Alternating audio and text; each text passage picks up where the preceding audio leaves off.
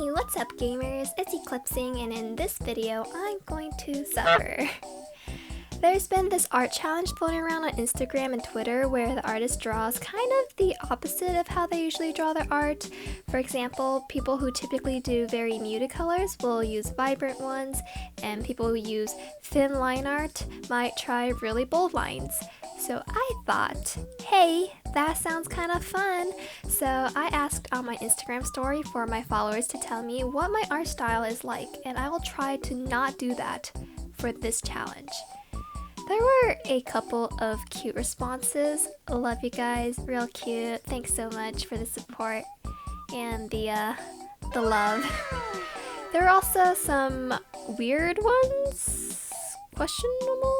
What does this even mean? The most were quite on the nose and really understood what this challenge meant for me. I'm screaming.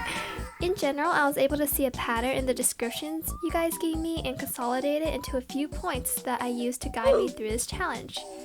That is, 1. Painterly blended coloring. 2. Lineless. That's pretty, we all know that one. 3. Big round eyes with large irises. 4.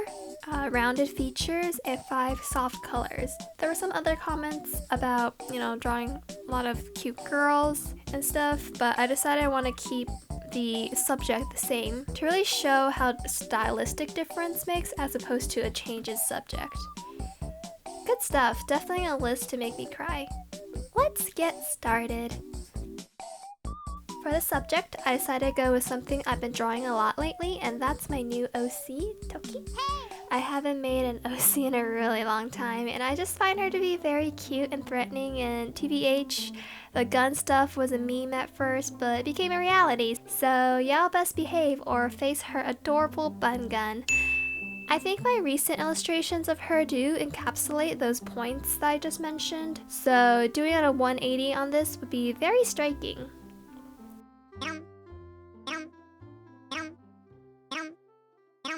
Phase 1.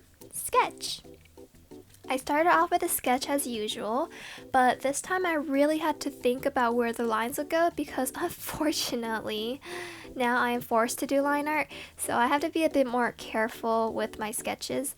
I use this phase as an opportunity to figure out the basic shaping of my character. Because I tend to draw really rounded cute features, I went for more cartoony, sharp shapes instead. This meant a lot of straight lines, cute ankles, like she will cut you. I also made sure to have her eyes have small irises and generally also sharp to match the rest of the body shape. Underneath it all, regardless of art style though, she's a confident cutie, so I added the signature bun gun and a kawaii pose. Phase 2. Line art. So I really struggled with the line art because I haven't done it for so many years, to the point where I wasn't even sure what tools and settings to use to make the line art. I definitely had more problems at the beginning of the lining, like you can tell I kept having really uneven line width and it was overall kind of wobbly, but I managed to get a bit better later on. What really helped was testing out the different pens, which by the way, I rarely use the pen tab because I don't normally need crisp lining tools. And then I also adjusted the stability and sensitivity of the pen to the point that I can somewhat control the lines better. Anyways, not so much to say about this. In fact, you guys probably know more about line art than I do nowadays. So here's the montage of my struggles. Here we go! I can't do this. I don't even know what tool to use. Do I use like an ink tool or wait, there's a pen tool. Dude, I feel like a baby all over again. How do I do this? I'm gonna turn off the sketch. Oh my god, that's terrible.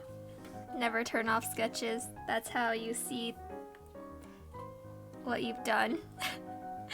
This feels so unnatural for me.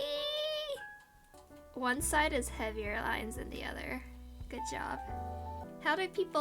Why do people subject themselves to line art? Like some people actually enjoy doing line art. What kind of psychopath? Why are the lines so bad? I make so many mistakes when I'm lining. What is this? I'm trying not to die. Oh my goodness. It's probably, oh my god. It's kind of a little bit worse when you flip it.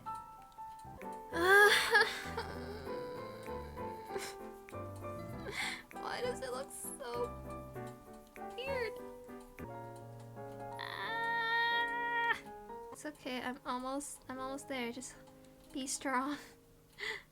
Be strong.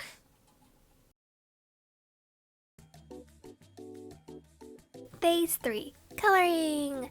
Now that the trauma is over, I got to move on to coloring! Based on the feedback for this piece, this meant I was going to use very vibrant, saturated colors and use a more flat, cel-shaded technique. I thought the combination of very sharp, bold line art and flat coloring without any blending should work really well together. I can admit the nice thing about line art is that as long as you close your lines well, filling in base colors is really easy with the use of the fill bucket. I also made different layers for each major part of the character, like one for the hair, another for the dress, another for the skin. I shaded on top by adding another clipping layer and doing the shade there. I also would add another clipping layer if I needed to add an overlay effect. None of this is particularly new for me since I used to do this a long time ago when I did line art and shading, but this is quite atypical for my current workflow.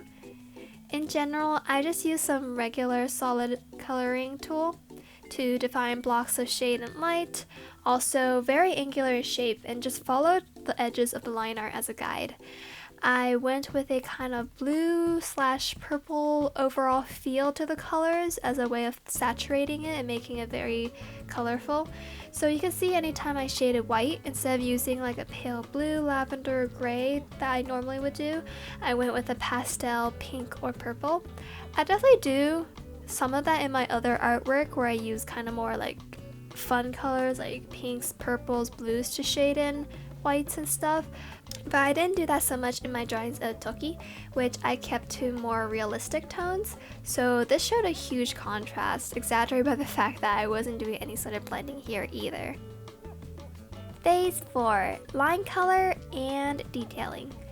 I could have ended my drawing after the coloring, but if I'm going to do this art challenge, I'm going to put the effort to not only draw it in a new style, but to push it to a level that I would normally kind of get to in terms of effort and details that I would post.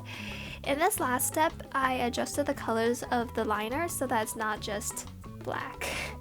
I made the line art more purple for the skin and more blue for the hair and other darker features.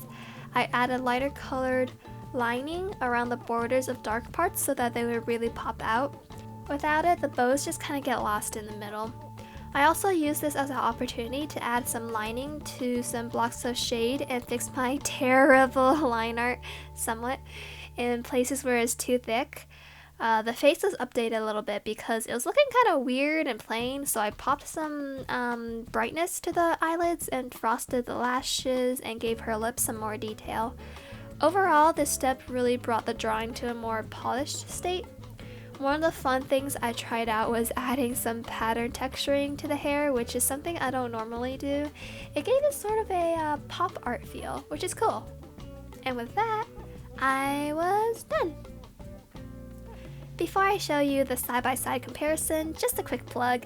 I did this challenge live on Twitch, so if you want to hang out and see my art process or claim doodle requests, be sure to follow. I mostly do art, but sometimes you also get to see me be really pro at games. Oh no, what is this? No. Also, I recently launched a Discord server and I'm pretty active on there too. Link in description if you're interested. Okay, back to business. Here is the comparison of Toki before in my usual style, and here she is after in an alternate universe where I draw the opposite in like every way. I think it's got a kind of different charm to it. I really like how the hair came out. It's very wham, in your face. It kind of reminds me of the art style from Panty and Stocking. I don't know, what do you think? Do you like the new style? Does it remind you of a style from a show or another artist? Maybe there's some element of it you like to see incorporated into my current style. Anyways, thank you for watching, subscribe and like if you enjoy my videos, and I will see you next time. Bye bye!